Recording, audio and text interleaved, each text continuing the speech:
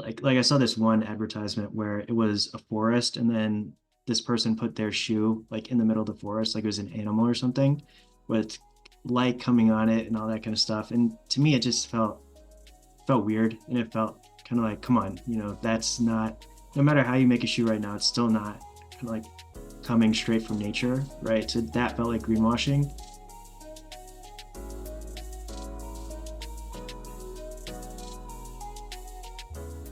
Welcome back to part two of our worldie unboxed episode featuring Reid Edgar, the pragmatic environmentalist behind Spot detergent sheets and Tru-Nut powdered peanut butter. In part one, Reid shared his journey of building accessible, affordable, eco-friendly products and challenging the conventional eco-friendly approach. Now, Aaron and I will dive into the key takeaways from our conversation with Reid. We'll explore how his focus on affordability and accessibility can inspire our own efforts at Worldie as we work to innovate in the footwear space while keeping sustainability a central part of our approach. Stay connected with us at worldiebrand.com and subscribe to our Worldie YouTube channel for more highlights. All right, let's jump into part two.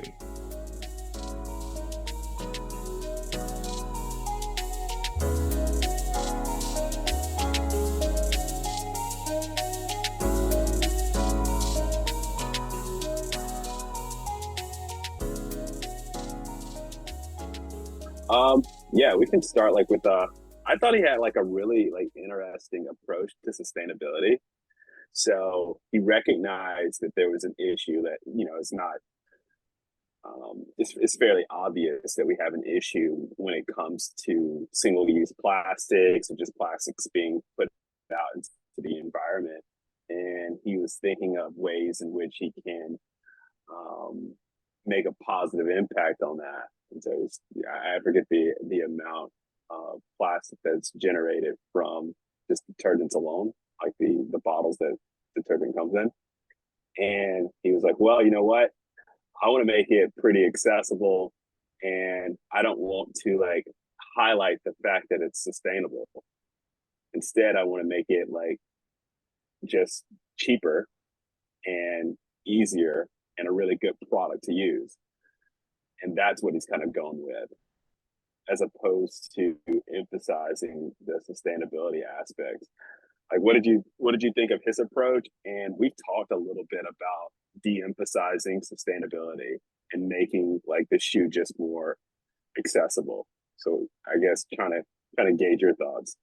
No, I thought that was super interesting too. I thought that was one of the more interesting things that he touched on. And I don't think that we can necessarily take that strategy one for one, because he wants it to be high quality, cheaper, and sustainable. And I think if you tried to do that in footwear, I don't think you'd be able to make money, just because sustainable materials and making things in a sustainable way are a lot more expensive. And especially if you're a startup, your costs are going to be a lot more, or they're going to be a lot higher than established players. So I don't think we can necessarily do all of that. But I did kind of like the idea of having sustainability be just another feature, right? So there's all these different features, all these different value propositions, and different people are going to buy it for different reasons. So maybe a certain group of people buy it because it's cheaper, another group buy it because it's more convenient or just easier, and then another group buy it because of the sustainability piece. So I think there's a way for us to do that too, where there's different things that we've talked about. So maybe the fact that it's more durable, maybe the fact that it's designed specifically for kids, maybe the fact that we're emphasizing sustainability, all those things can bring in different types of customers. And I think if you just kind of put them all on equal footing, then you can avoid, because one of the things that I've been concerned about in the past is like sustainable products. Do people think that they're lower quality or going to kind of like fall apart easier? And then if you don't necessarily emphasize sustainability, then maybe people who think those things are not going to have those same concerns because they're not being slapped in the face with this sustainability angle, and they're not necessarily going to look into it because they don't care about it. Yeah, and I also think like on the other side of the spectrum, so there is that like I guess a group of individuals who believe that like products that are made sustainable are made like inferior. And then there on the flip side, there are people who equate like sustainability or like organic or whatever to being like better. so like a premium, and they would pay a premium for it because not only is it something that is, I guess, good for the earth, and kind of like fulfills whatever altruistic like feelings that they have, but it also is like a status symbol. It's like, okay, you know what? I I'm an environmentally friendly, conscious person, and these are the products that I have. I have a Tesla. I have solar panels on my house, and I buy these organic goods from Whole Foods, and now my kids wear these like sustainable shoes or shoes that are made from sustainable practices and materials. So like those kind of individuals, I think like feed into like, you know, wanting to have like these premium products as part of like a status symbol. But I think for us, that kind of overshadows a lot of the other impacts that we're trying to make with this shoe beyond just sustainability. Like you mentioned, it is a feature, but it's not the feature. There are much more to this shoe than just like the fact that we think that it's going to reduce the environmental impact that shoes have, you know, just inherent in the fact that you have to have a bunch of them, especially when you talk about different sports. The fact is that we want to make a product that you can wear across a lot of different surfaces and a lot of different sports.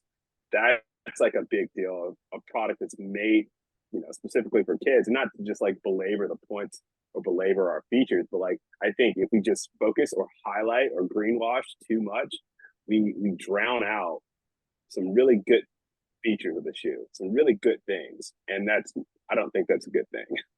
Yeah, and that last point is an important one because like every day I see people on social media accusing another brand of greenwashing. And I think to the extent that we can, we want to avoid that. And if you say, you know, this is our commitment to sustainability, we care about it, but we're not going to like I saw this one advertisement where it was a forest and then this person put their shoe like in the middle of the forest, like it was an animal or something with light coming on it and all that kind of stuff. And to me, it just felt weird and it felt kind of like, come on, you know, that's not, no matter how you make a shoe right now, it's still not kind of like coming straight from nature, right? So that felt like greenwashing. And I don't think you necessarily need to do that. You know, you don't have to go that far. So I think we can still make it clear that we care about sustainability without greenwashing. And that's definitely not something. Greenwashing and pandering, those are two things that I see a lot of brands do that I definitely don't want to do. Yeah. No, I would definitely like a lighter touch, a more effortless feeling approach to sustainability. Like it's just like inherent to the product. We don't have to like discuss it. It's just what it is. Yeah. And then I know you have a question here about, you know, people are willing to pay a premium for sustainability, so why not charge a premium? Yeah, that was one of the things that like came up. Reid was kind of mentioning it. I think it's towards the beginning of the conversation. He was talking about like, and it goes along with like that Whole Foods and like why he feels like his product does better at like a TJ Maxx or a Dollar General or some retailers that don't necessarily have the reputation of having very expensive products, because he was wanting to make it more accessible. But then there was another point that came up, and it was what we kind of just discussed. There's a certain demographic of people, and maybe we've talked about this demographic a little bit ourselves, that really like to use these products as a way of making a statement, and so they're willing to pay. Matter of fact, they want to pay more, because that's just part of who they are, and like how they want to like approach things. They desire to pay more. And if there's a constituency out there that's desiring to pay more, why not, acquiesce and charge more? Yeah, so if I were to play devil's advocate, what I would say is, if you remember our conversation with Dylan from Buddies, he was kind of saying that he hates the fact that Whole Foods and organic food, it's really only accessible to people who have money, and it shouldn't be that way. You know, premium should be accessible to everybody. So I think that would be the argument against that. Like, okay, people who don't have as much money, they still want to make sustainable choices. So why not allow them to do that? And then there's a quote that Reid had, where he essentially said, I can't accomplish my goals of reducing plastic waste if only so many people can afford my product. So if our product is more sustainable, if we feel like it's reducing a lot of waste, then we want to replace as many wasteful products with our product. And one way to do that is by setting a price point that allows a lot of people to be able to afford it. So I think definitely understand where you're coming from. And I think any like business person or VC would kind of be like, yeah, if you should just charge the maximum, you should charge the price to get the maximum profit. But we have different considerations. So it's maybe like not just profit, but like people say, people, planet, profits. All those things matter. Yeah. And just to note, that's not my stance. That was more or less like I'm posing a question as to like why, so that we can get an answer like this out there. It's not like my stance to like, oh yes, if there's somebody willing to pay this amount, like let's go ahead and like hike up the price and like increase and fatten our margins. Like, no, that's not what I was like, that's not my stance. It's not my platform. It's just like a question that I was like, oh, okay, that came out of that conversation as to like why we have chosen to do things differently. Why are we making a product that we can potentially sell at a premium more accessible? And then, we're able to really articulate those reasons why. It's kind of more than just like squeezing the most out of it, but giving everybody an opportunity to like, get an exposure to it or get a chance to use the product or whatever it might be. So no, that's not my that isn't my stance. Just a question. And then this is the last kind of question that I had on sustainability. So Reid was saying one of his long-term success for him is forcing some of these bigger companies to act and move away from plastics, from other things that are not as sustainable. So do you think that that's something that we can do down the road, forcing some of these bigger companies to make more sustainable choices? Or do you think we're just too small, or maybe they're already kind of making moves in the right direction with companies like Allbirds kind of leading the way, for example? Yeah, there are definitely some market entrants who've made some strides that have forced these larger brands to have to adjust a little bit. And we've seen Nike come out with products that feature like sustainability, such as like the Nike Grindhouse. So there's like things out there that are forcing them to do some different stuff, but at their core, they're not making any type of like changes like that. They're not really like making any kind of like 180 changes from like their own, their old business strategies or whatnot. So I think us coming in, we do have a potential to continue to highlight these deficiencies in their business strategy when it comes to like sustainability. Will they make those adjustments, readily? Doubtful. I see them as more or less like these incumbents aren't going to really like, they're old dog. They're not going to change very much.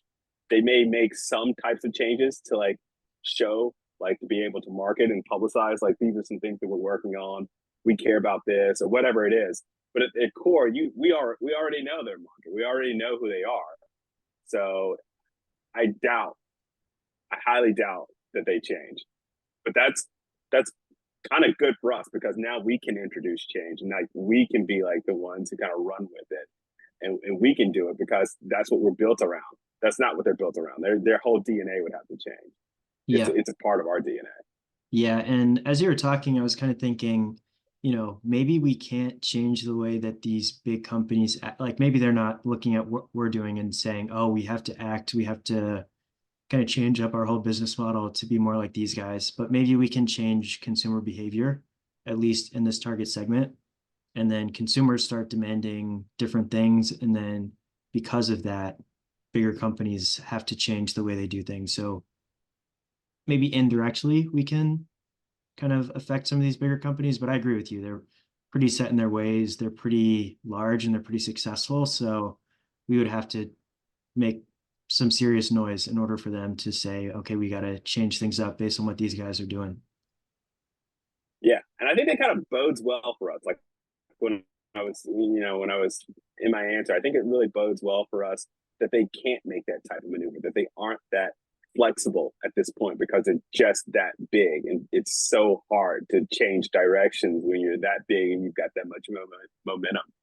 And it goes back to like one of those very early questions that were posed to us, and I think it was during like the customer discovery program at Booth, and we were going through that book, and in the book it was talking about like, okay, why wouldn't another company, an incumbent in the industry, be able to just copy what you're doing?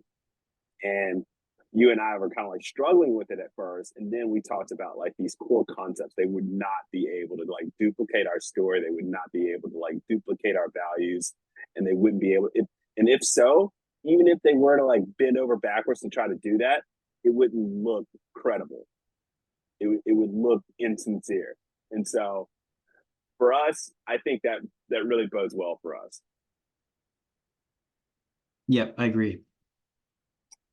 And then there's this other question you had around kind of like, it's a very mature, established industry. So how can we find people that will help us disrupt the industry, right? And I actually, so far, I don't think it's been super hard. Like, obviously, there's certain people that we've worked with or come across where they're kind of like, yeah, you guys should just do exactly what everyone else is doing, maybe change things up by 5% and then just slap your logo on it versus someone else's logo, and you'll get some sales. And we've also kind of done some case studies on companies that startups that have tried to run the same playbook as a Nike or Adidas, for example, and it really hasn't been that successful. So I think we've always, because we're outsiders, we recognize things that can be done differently.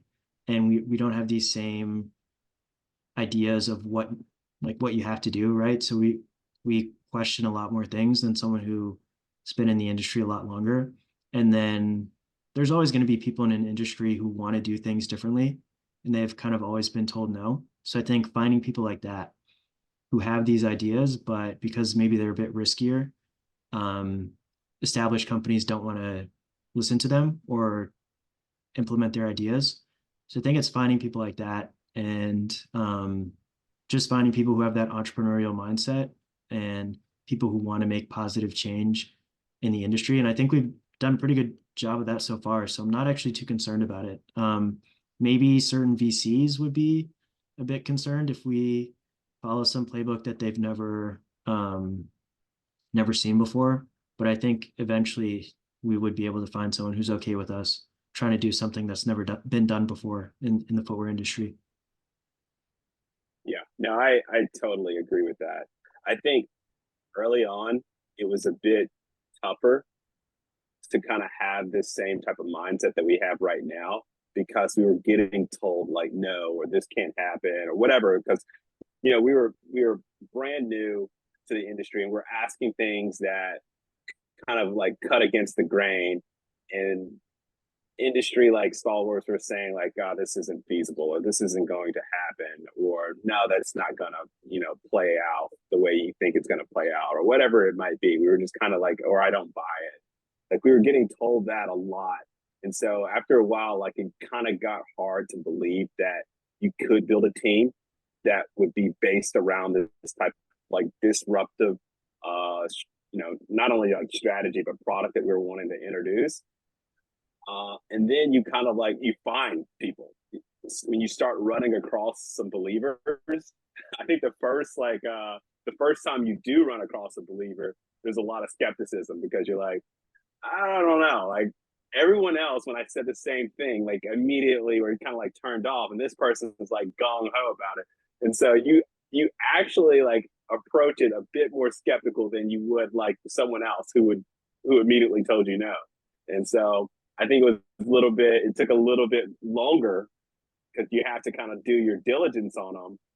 But once you start finding believers, then it becomes a bit easier to like feel like there's a way in which we can get this product out there based upon like the vision that we have for it. So no, I'm not in a situation where I'm too worried about it now. But earlier on, it was a bit trying, because it was tough when it was just you and I, and no one else was like believing. Yeah, I agree with that. It definitely helps to have someone in the industry who knows what they're doing kind of come on board and say, I'm interested in what you guys are doing. I think it's needed. I'm going to do whatever I can to help you guys out. And similar to you, you hear no so many times that when someone says, "Oh yes, this is a good idea," you're kind of skeptical. And if they say solely positive things, then you get really skeptical. So you want someone who overall believes in the idea and the mission. They're going to tell you when an idea makes no sense or when something isn't good enough. So I think we've finally found some people like that, but it's definitely been hard. Yeah, no, 100% agree. And then kind of switching gears a little bit and kind of going back to like making the product accessible. One of the things that Reid was really like saying that he needed to like do in order to get people comfortable with using his product, which is a different type of like product than just like a normal detergent. It's a detergent sheet.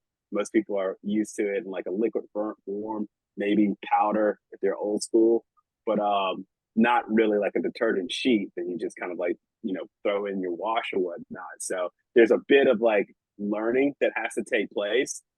Uh, and so I think he was using like this whole like mailing list. He was going to mail a whole bunch of the product out to a certain zip code and just get people like comfortable using this particular product and familiar with it, and then hope to kind of like gain momentum that way. We've had like similar thoughts, maybe not like a mass mail of like the shoe because that's cost prohibitive for us. But like, there's been similar like kind of like sponsorships or giveaways. I know that's like one of the questions that you kind of had. Like, what's the idea behind that? Like, what are some things? Like, I know we've kind of been mulling it a little bit. Like, where are you at on that? Yeah, so I go back and forth on this one, and I think it's a bit different for us versus Reed because people don't necessarily know about detergent sheets. So when I was talking to him and scheduling the conversation, the whole time I thought they were dryer sheets. Like I read detergent sheets, but the whole time, just because I'd never really heard of a detergent sheet, I thought it was dryer sheets. And then as I was doing research, I was like, oh, this isn't a dryer sheet. This is actually it's actually detergent. So I think there's some education in that sense, and like, oh, you can have detergent in sheet form. I've never heard of that before, so maybe you're not going to be willing to try it unless you get it for free. Whereas a shoe, kind of like everyone knows what a shoe is and what it's supposed to be. And maybe there's some skepticism around the multi-purpose use. So maybe that's a parallel. And I was kind of thinking, we talked about before giving out the product to influencers or maybe like famous or semi-famous people who have kids and they're kind of like movers and shakers in their communities. But one of the things that I've been thinking about more and more is, we have all these people in our community who are following along, they're giving us feedback, they're giving us encouragement, and then they have people, kids in their lives too. So maybe trying to identify people in our network who have that 6, 7, 8 year old son, daughter, nephew, niece, cousin, whatever it is, and kind of giving it out to them too. And, if you give it out to them, they're probably more likely to give us detailed feedback on how the kid is it easy to put on, take off? Is it durable? Does the kid like it? What are other kids saying at school? Stuff like that. So I've been thinking like maybe we need to hit it in multiple ways, kind of like that top-down strategy, where there's that high-level influencer, and then also more like the grassroots bottoms up strategy, where it's just the average kid and getting their feedback and getting into different communities that way too. Yeah, and I really like that idea. I like the grassroots approach to like going out and like kind of giving it to some kids and giving their feedback, allowing them to use the product the way in which we intended to be used. And so that kind of got me thinking about like the rec centers that my kids are like participating in, and they have like sports throughout the year. So they'll just do like field sports during like the summer and spring, and then like more indoor court sports during the fall and winter, and maybe like sponsoring like a an under 6 league or under 5 league or whatever, giving that whole entire team, like all the kids in the neighborhood who like participate in this program. So it's like, I don't know, like 10, 15, like giving them the product and allowing them to use it over the course of like a couple of seasons, like indoor, outdoor season, and getting their feedback. And like if we're able to like do it via like some kind of like crowdfunding campaign, so we've already got like backers like kind of paying for it and like being able to like get the product to them and then using that feedback to make some changes to like future iterations or to like improve like our marketing strategy or to just have like user content, like, you know, user generated content. Like I think there's some major positives that can come out of like having some kind of like collaboration with a rec center or a youth league or youth team or something like that. So no, I'm 100% on board with that. And that's kind of a perfect segue into this next question I had, which Reid did a Kickstarter for Spot Detergent. Like everything we've said so far is for Spot Detergent. We really haven't talked about Tru-Nut at all, but he did a Kickstarter and he essentially had this option. I think it was like maybe $100 or $150. And it was for people who didn't necessarily want to buy the detergent sheets themselves, but they wanted to sponsor some kind of event or giveaway at a farmer's market. And I was going to ask you what you thought about that idea, but it sounds like we could almost do something where it's like sponsor an under 5 or under 6 team in Denver or in your community. And then we can give away, 10, 15 pairs of the shoes or whatever. And that team is now worldie sponsored. So I think that's an interesting idea. Yeah, no, I mean, I was just kind of like thinking of that idea as you were, as you were answering the question. And I mean, I think that's just the evolution of an idea that we already had. And it's like, I think at this point, like a really good spot in terms of like, okay, this is a good goal that we can kind of have and kind of use as part of like a Kickstarter campaign, as part of a crowdfunding campaign. And so, yeah, I do like that a whole lot. And then this is just kind of a random question that came to mind, but Reid is, I think both products that Reid has come out with, he's more or less designed them for himself. So he's his target customer. And when we started off on this journey, we were our target customer, but now we're not. Do you think that in a sense we are the target customer because we're designing a product for ourselves like 25, 30 years ago, whatever it is? Yeah, I guess you can kind of like reach back into your childhood and like get some inspiration as to like, all right, what kind of product would have resonated with me then, and like putting that inspiration into the design of the shoe. So in essence, yeah, we are wanting to build a product that we ourselves like are proud of. And I think we've kind of mentioned that a whole bunch in the process, like just internally without the cameras on, we've said that like, wow, this is something that we want to be super proud of before we ever release it into the public. We're fine, like more than fine, showing people the process of like getting it to that point.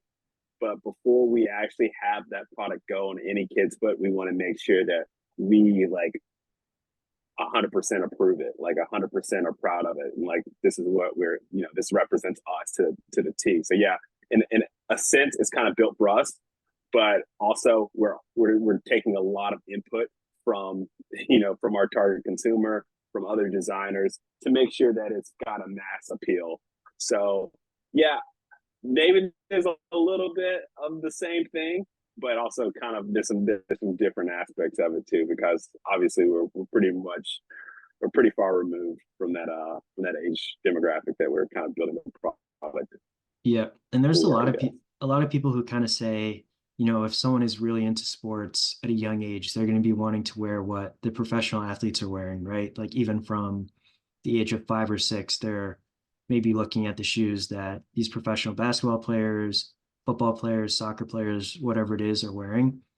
But as I look back on it, when I was that young, I wanted to be like those guys, right? Like I would be in the backyard, like pretending that I was playing in the NBA finals or the World Cup or something like that. But I wasn't really focused on what shoes they were wearing. I more so wanted to just have fun as a kid and kind of pretend like I was on my way to get there. And I would have loved, honestly, like I know it's easy to say this now, but I would have loved to get a free pair of shoes from some new shoe brand that has, that you can wear across all these different sports. And it's different because I've always kind of liked wearing brands and things that other people don't know about or like. So I think for me, that would have been like the perfect kind of like product to have. So I think in a sense, at least for me, like we are building a product that me 20, about 20 years ago, I would have really liked to have. Yeah, no doubt. And I have a couple of daughters in that age range here at home, and I can attest that they have no idea about brands. They have no idea about like they couldn't. I know that they see me wearing Nike a lot, and so that my daughter, when she was like my oldest is now 5, and now when she was like 3 or 4, she was like, "Oh, you're always a moon, a moon. He's wearing the moon," and she's talking about the swoosh, thinking like the half moon, like the crescent moon, which I guess I can see a little bit of a resemblance. But yeah, she would always say that, and that's the only thing that's how she recognized, a brand, but she didn't know that was Nike. And she just knew that I wore it. She didn't really like know that other people wore it. And like every once in a while she'll see somebody else in it and she'll like point out, oh, they're wearing, the moon like you or whatever. And she'd always see it on me. So they're not really that in tune with what athletes are wearing. They're more in tune with what their parents are wearing and doing Yeah. than Yeah. that. And so like I think part of it is like winning the parents, and that's kind of how we said it's like a two-pronged approach to like the marketing strategy. And then also just like making like a cool like product that kids in general like, not based around a brand, but based around like, the aesthetics that are like pleasing to kids. And they give me a lot of feedback on that, even today, but they could care less about like the branding. Which is kind of interesting that moon story because it shows that kids they can recognize marks, right? Logos. So I know we've Yeah. talked about having worldie in a kind of like bold way and kind of like printed big on the shoe. But do you think based on that moon story that you just mentioned, do you think we need kind of like a big mark on the shoe too? Because kids at that age, they're not necessarily going to be able to remember all those letters together in that order because they can't really read, right? At that age. So do you think maybe we should either look into a mark or some kind of silhouette that's so unique that kids can recognize it and say, oh, that's the X shoe versus saying, oh, like I read it and it said worldie, like I want that shoe. I mean, we might already have something with the foot because I'll like outfit them out in the worldly apparel. So I like bought them all like worldly like sweaters, sweatshirts and stuff. And like I put like our logo on the back of them. And so they get like super excited when we all wear. I'm like, oh, he's got a foot on his back. I've got a foot on my back. And, they're all super happy about like the foot, the big foot on everything. And so yeah, they can recognize those kind of emblems a lot more than they'll recognize single letters or even a word or anything like that. So yeah, I think it might be important to have that as a part of the design. I know on some of our shoes it's a bit more muted or it's not as large or prominent on the shoe. So perhaps having like the logo in a much more prominent position could do wonders for that age range because they don't, they're learning words, but that's not really what like really like catches their eye. What catches their eye are these like cute little figures or Yeah. pictures or whatever it might be. Yeah. Definitely agree. And then just on Tru-Nut, so Reid was saying that with powdered peanut butter, and that's another thing that I'd never heard of before. He was saying that he still has to do a lot of education to this day, even though it's been around for a decent amount of time. I think he said like 10 years or so. It's been pretty popular. So do you think for us, we'll always have to do that education around our product, or do you think at some point, basically like word of mouth will do that education for us, and we won't have to spend as much time kind of convincing people why we're different, why they should buy our shoe, things like that. So for like like I used to use a lot of like powdered peanut butter. It was called like PB2, and they still kind of sell it. And I at first when I first saw it, like it was it was on the peanut butter aisle, and it was right next to the more traditional style peanut butter, crunchy and creamy. And I saw it and I was like, oh, I know what to do with this. Like it wasn't like, oh, what is this? Like I have no idea. Like this is crazy. Like I was able to like recognize it and see it for what it was and know that, oh yeah, I can use it. Like I immediately start using it in like smoothies because I was already kind of putting peanut butter and stuff in the smoothies, and I'm like, yeah, this works out perfectly. So it wasn't a big learning curve for me, and I can kind of see that same thing happening with the shoe. Like the shoe, like multi-surface is kind of like okay, and as long as there's like a bit of stuff out there, like maybe on like a website or like in the marketing, like I think people can like people can get it. I think people will be able to get it. Will we have to stop like putting that stuff up there? Will we ever have to stop putting that stuff up there to like kind of educate or like to bridge the gap really quickly so that they can understand it in a matter of seconds and not like pass on to some other product? I don't think so. I think we're always gonna, unless we're just like universally known like Nike, and perhaps that's a stage where we can kind of like, oh yeah, we don't have to rely on this educational piece anymore because people they get it. Like I think we'll always have to have that up there for like the you know the newbies. But even then, like a lot of those newbies will probably come in already understanding it. Like it won't be something hard to get. It won't be hard to get from point A to B on that one. Like you can kind of like connect the dots pretty easily, like what they mean. You can see how we got there. So yeah, no, I don't feel like it'll be too difficult to educate people who are looking for this type of product. And but I do think we'll have to continue to educate probably for the life of worldie. Yeah, that makes sense. And then another thing that Reid was saying that a lot of first-time founders don't really realize is that when you get into retail, there's all these kind of hidden expenses that you're not expecting, and maybe you don't have enough margin for that. So then you have to increase the prices, pass that on to customers. Customers don't like that. So based on that, how are you thinking about our retail strategy? Do you think because, bigger retailers get you in front of more people, they give you credibility, but maybe there's all these fees, whereas independent retailers, maybe it's not the same reach, but maybe they'll work with you more, it'll be cheaper. So based on what Reid said, has that changed your thinking at all on our potential retail strategy or no? Not really.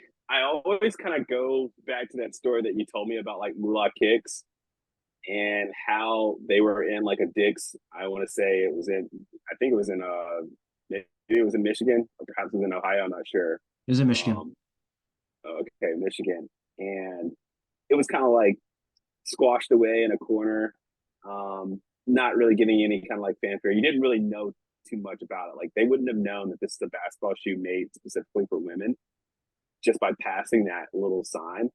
Whereas a smaller a smaller like retailer, I'm thinking mom and pop, but like a smaller retailer could put more effort into it. Like be able to deliver the story in a much more impactful way and let you know why this product is different, why you shouldn't just go out as a young lady and just buy a pair of like Nike Zooms or whatever, Nike some Kobe's or whatever it might be. Why is this shoe better for them than a pair of LeBrons?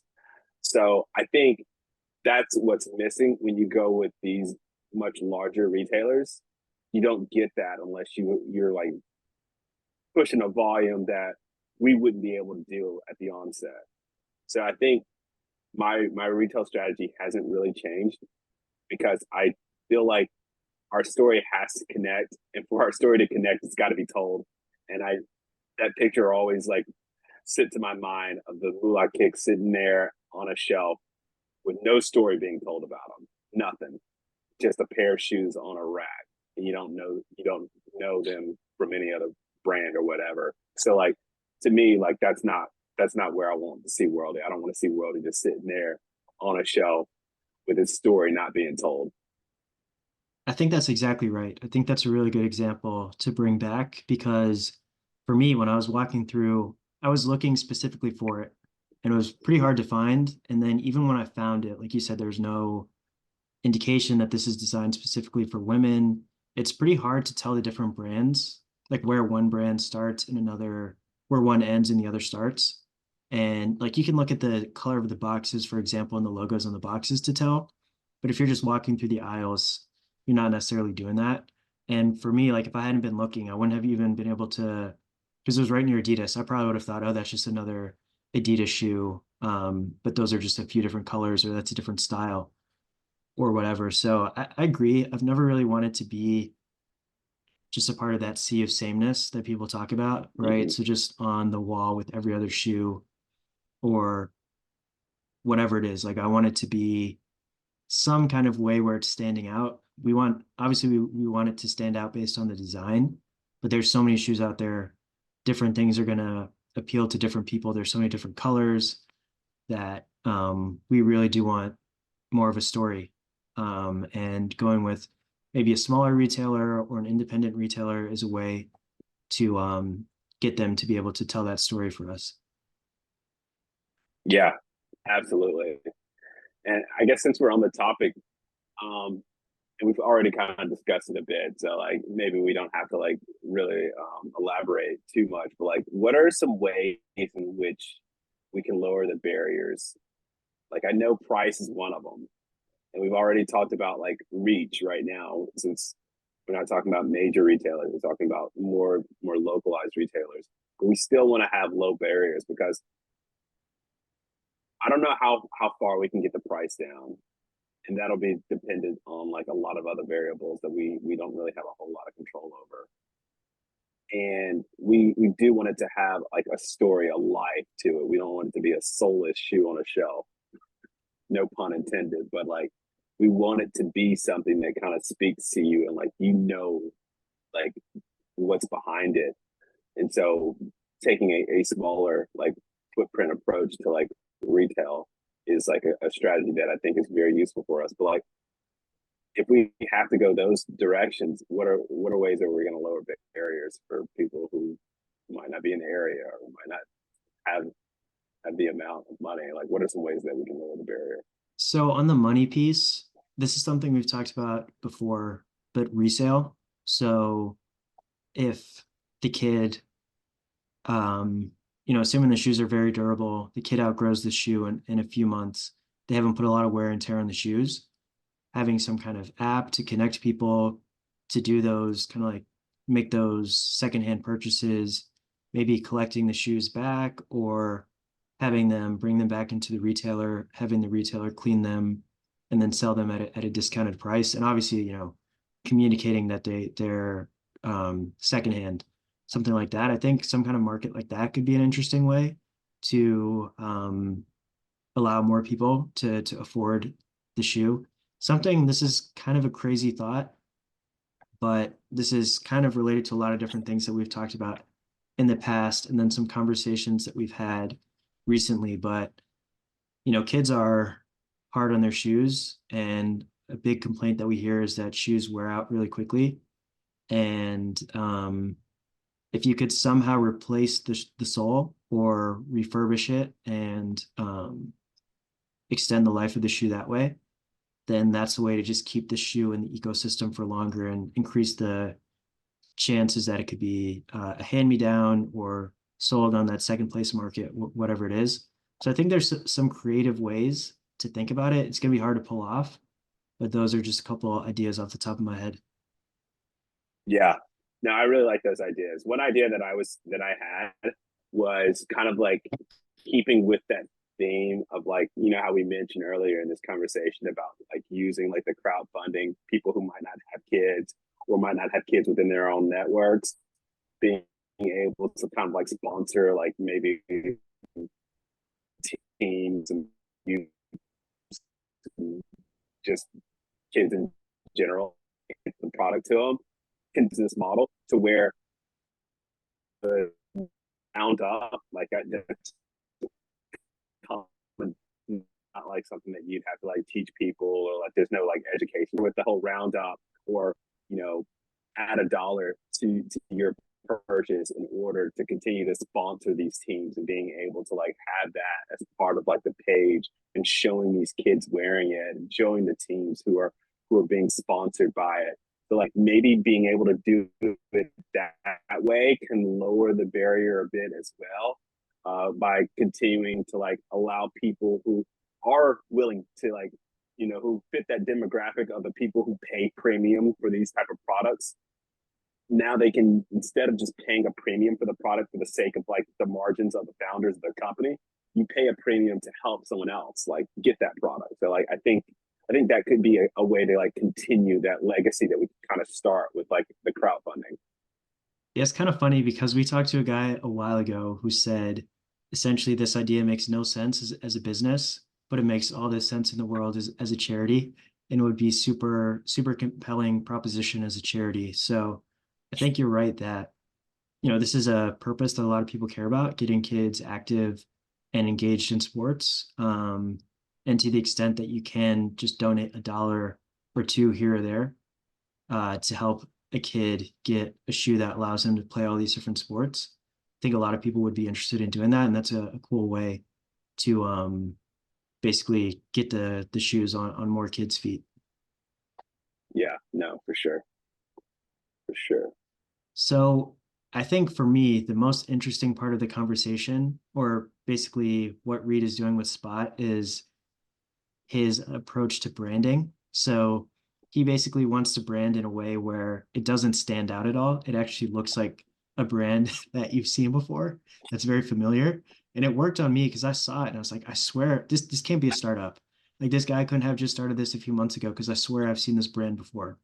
And I was Googling for like hours, asking my mom if she'd seen the brand before, like just trying to figure out like where have I seen this before? And I finally accepted I haven't seen it before. It's just the same kind of style as other brands out there in that space. So what do you think about that strategy? Do you think, I'm guessing the answer is no, but do you think something similar to that strategy could ever work for us or no? I mean, it's a much stronger version of no, but I think that's good for a product like a detergent or peanut butter because it's very close to being just like a more traditional commodity. It's not, like a traditional commodity. It's not a raw good, but like it's very close to being just something that's just like, yeah, like it's just not sexy. It's not exciting. Like you're not showing off your Tide bottle or whatever when you go home and say, "Oh yeah, I shop with Tide" or whatever. Like, so you kind of like go and you go with what's familiar. And if his product looks very close to other brands to the point where it feels familiar, then I think that's a good strategy for him because you're like, oh yeah, I probably used that before. That might be like, the detergent sheets. That's pretty cool. That's probably like Tide or somebody makes that. Like it looks like that. And so you just grab it and you throw it. You try it out. All of a sudden, you become like a repeat buyer because you're like, oh yeah, Tide or somebody must make this because it's like the same colors or whatever. So like, I think that's good for them. But for a shoe, like you actually do wear that out. Like you do like want people to see that product even if you're just buying it for your kids. You want, a part of you knows that your kids are going to, like, other people are going to look at your kids' shoes or your kids' clothes. So you want them outfitted in a way which is more than just presentable. Like it's like appealing. Like you want them to, like, not necessarily stand out, but at least to like fit in at the very least. So I think like for us, it's got to be a bit different. Like you're creating something that's not only has a utility behind it, like the detergent, like it's, footwear is made for a practical application, but it also has an aesthetic draw, like an aesthetic appeal to it. And you've got to be able to capture that as well. So you have to design it. You've got to put some effort into it. And you can't just like copy the big guys and hope to just blend in. And someone's going to accidentally pick up your brand thinking it was a Nike shoe or thinking it was a Reebok shoe or thinking it was an Adidas shoe and take it home. Like that's not going to end well for both you or the consumer. So I think like that'll be a no for us on that. But I think that was cool for them. I think it's genius for him, but like you said, I don't think it really makes sense for us because with footwear, people are super discerning, right? So for me, like I've picked up shoes before and said, oh, I picked it up thinking it was Nike or something, and then looked and said, oh, this is actually some brand I've never heard of before. And even if I liked it before, and then I was kind of like upset that it felt like I was tricked, then I'm not going to go home and say, oh, this looks like a Nike, so I'm just going to wear it anyway. So I just, like you said, people are not getting tricked into taking a shoe home. And then even if they do, once they realize it's not the brand they thought it was, they're probably going to return it.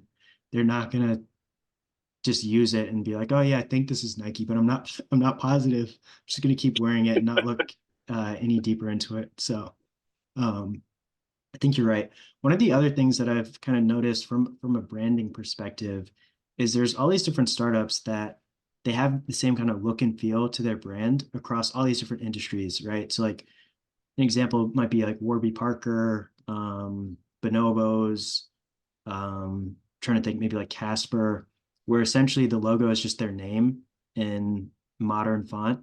And then it's kind of like the same imagery, the same types of colors on their website. And I was looking into it because I was curious, like why do all these companies essentially do the same thing? And it's called blanding, which is essentially like branding, but it's so bland and so many people are doing it and using things that are so similar that it essentially has no personality. So do you think that that is something that we've ever tried to do in terms of like fitting in with other startups? And if we haven't done it, do you think there's any risk of us doing it in the future? How can we guard against doing something like that? Yeah, a couple more strong no's to that. Like I don't think for us blanding makes sense. And how do we keep from doing that is by continuing to surround ourselves with people who are imaginative, like people who are creative and want to do things a little bit differently, want to bring about a really good product, but want to do it in a way that's like aesthetically different. And so I don't know with like the way in which we're positioned and set up that blanding makes any sense for us. Like I think that's not the way in which we want to go about it. That's like goes against like one of our like our values, our cores that we've kind of set up. So there's no way that blanding can kind of fit into that. We would have to make some major changes in like how we view or vision this company going or envision this company going. Like, yeah, I just don't see it. Yeah, I don't see it either. I definitely don't think it makes sense for us. I think it's always a risk when you're a startup because you see what's working for other people and either you admire them from afar, then when it comes time to do your own thing, you kind of say, oh, this is the model, or you work with people who have worked with those other startups and they've seen that that's worked in the past, so maybe they recommend it for you as well. But I think a lot of the thing that makes a lot of those companies similar is that they're for adults. And it's kind of like this idea of sophistication through simplicity, right? So it's not some garish big logo. It's just very simple font with the name and then maybe like a very understated logo somewhere. But I think for us, it's more like we want to be fun, we want to be playful, we want to be for kids. And sophistication a lot of times is lost on kids because they don't really appreciate it. They do want something that's more out there, more fun, more colorful. So I think we actually want to go in the opposite direction and fight that as much as we can. So look at a company like Nickelodeon, for example, instead of looking at Warby Parker as our kind of inspiration. Yeah, no, I 100% agree. 100% agree with that. Last question that I kind of had is, and this came up when Reid was talking about like how, he was building his team and like what he was looking for. And he mentioned like adding someone who had an experience in sales. And we haven't really like started pursuing that, looking for like a sales team. When do you think makes the most sense to start like at least considering building out a sales force? So the way that I've thought about it is while we're direct to consumer, or at least primarily direct to consumer, that's when it makes sense to start building out the marketing team, or at least getting one marketing person on our team or working with some kind of marketing agency. And then once we get into retail or start thinking about getting into retail, then that's when sales makes more sense because we've heard that in footwear, really the salespeople, what they do is get you into those retailers. They help because they have those connections. They help in terms of negotiating the terms, things like that. So that's the way that I've always thought about it. But I mean, if there's a salesperson that comes across our radar sooner, then I think it does make sense to not necessarily bring them on, but start having conversations with them, feeling them out, seeing if they want to work with the startup, all that kind of stuff. Yeah, I agree with that. There might be a little bit of a gap between like our DTC launch and then a retail launch. It just really kind of depends on whether or not we can kind of like massage out a relationship with like what we feel like is a much more strategic player in the retail industry, one of these smaller ones. If we can kind of do that at the jump and have some type of omni-channel approach, I think that would be really cool for us. And at that point, I think sales would make sense. But no, I think the way you're thinking is in line with how I see it kind of going. Really like focusing on the DTC, really focusing on like the marketing, and then as we start looking for a retail like outlet, then the sales. Sometime before that, the sales team should be like really considered. Yep. That's all I had in terms of questions. That's all I had in terms of questions too. I think it's always interesting to talk to serial entrepreneurs because they have experience from multiple companies, obviously. And it's interesting to hear what they learned from the first company and how that changes their perspective on what they're doing with that second company. So I thought it was interesting for sure. And I think my favorite part of the conversation was that branding strategy of trying to make consumers think that this is not the first time they're seeing your brand or buying your brand. Yeah, I agree with that. And like, it's funny also seeing how serial entrepreneurs leave their mark on different like brands in different industries, like totally different industries, and like you can still recognize, oh, that's a Reid project right there, or like you can kind of tell, like especially a little bit like maybe a closer look, you can tell like who made this, like it's like their signature. So yeah, no, it's really cool, and like maybe somebody will say that about me down the road. That's what I was thinking. Yeah, I was wondering, like, is he talking about himself in the future?